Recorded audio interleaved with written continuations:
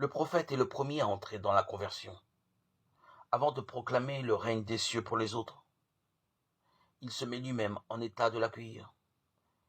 Il n'est pas possible de l'annoncer aux autres sans se convertir soi-même, car il ne s'agit pas d'une simple connaissance qu'on transmet. La nouvelle du règne des cieux ne peut être reçue que par celui qui accepte qu'elle transforme sa vie. Convertissez-vous, le règne des cieux s'est approché. Sans conversion, le règne des cieux reste à la porte. Il nous est nécessaire d'entendre à nouveau ce message de Jean le Baptiste. Dans un monde où il s'agit d'annoncer à frais nouveau la bonne nouvelle du règne de Dieu, là où il n'est pas connu ni accueilli, il ne faut pas oublier qu'il n'y a pas d'évangélisation sans conversion, autant de celui qui annonce l'évangile que de celui qui l'entend. Nous sommes sans cesse confrontés à l'incroyance ou à l'indifférence.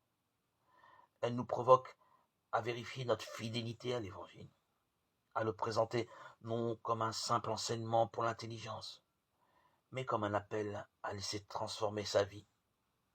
Car l'évangile est force de renouveau, il oriente autrement l'existence. Il provoque une prise de conscience du péché, une volonté de changer de vie.